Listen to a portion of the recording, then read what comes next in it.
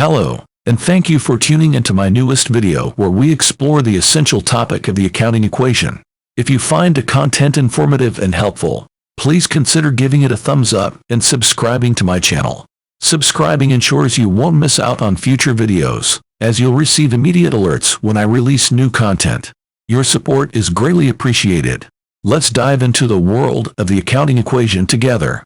In today's video, I'll be delving into the fundamental concepts surrounding the accounting equation, focusing on three key aspects.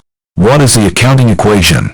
We'll explore the essence of the accounting equation and break down its components to provide a clear comprehension of its fundamental principles.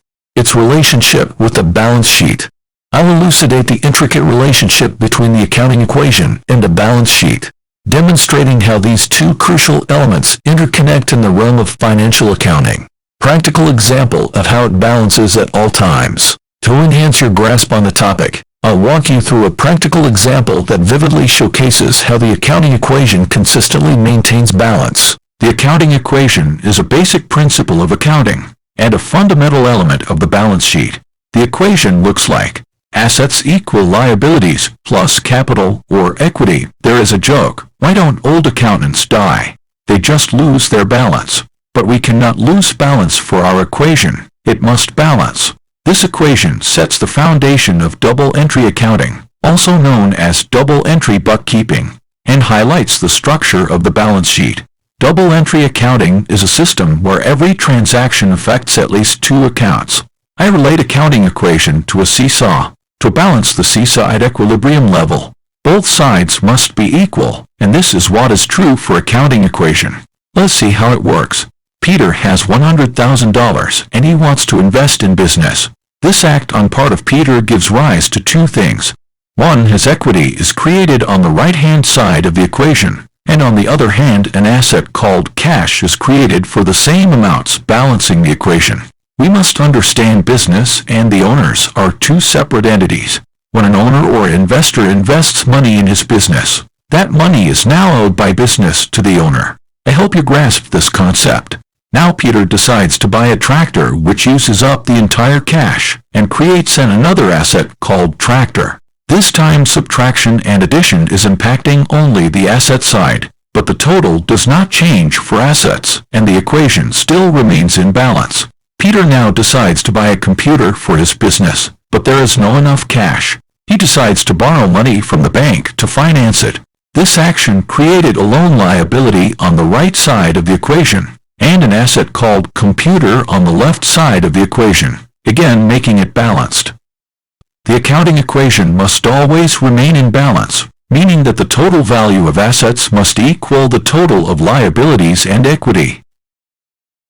This principle is the foundation of double-entry accounting, a system where every transaction affects at least two accounts, ensuring that the accounting equation remains in balance. Let us now deep dive into accounting equation and try to understand different components of accounting equation.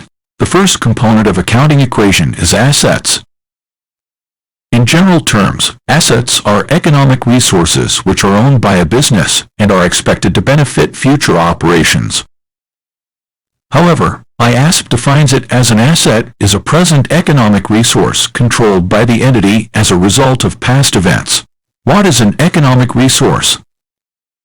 An economic resource is a right that has the potential to produce economic benefits. These rights can create assets both in tangible and intangible forms. Tangible assets are physical in nature and can take form of land, building, equipment, and cash, to name a few, and intangible assets can be goodwill and intellectual property such as patents, trademarks, copyrights, etc. Liabilities. In general terms, liabilities are debts or liabilities are what you owe to others. IASP defines liabilities as a liability is a present obligation of the entity to transfer in economic resources as a result of past events. What is an obligation? An obligation is a duty or responsibility that an entity has no practical ability to avoid. An obligation is always owed to another party or parties. Liability can be a bank loan. Accounts payable. taxes payable, to name a few. For example, if our company buys a piece of furniture from a company called East Furniture Company for $30,000 on the terms that the payment would be made in 60 days. This means from the date of purchase till the settlement of payment, it remains as an obligation on part of our company, because we are liable to pay this amount to East Furniture Company. It will show as accounts payable in our balance sheet as a liability. The owner's equity in a business represents the resources invested by the owner. IASP defines it as equity is the residual interest in the assets of the entity after deducting all its liabilities. This means if you deduct liabilities from the assets, the money left over belongs to owners, which is called equity.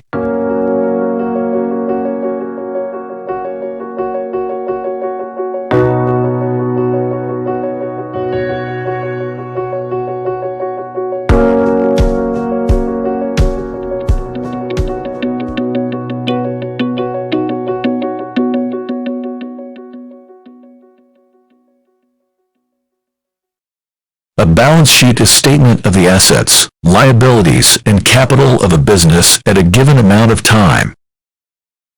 It is like a snapshot photograph, since it captures on paper a still image, frozen at a single moment in time, of something which is dynamic and continually changing.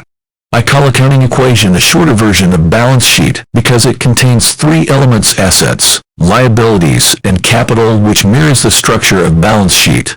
For example, look at this balance sheet, which has assets on one hand and liabilities and capital on the other, and both sides balance as accounting equation do. Thank you for watching.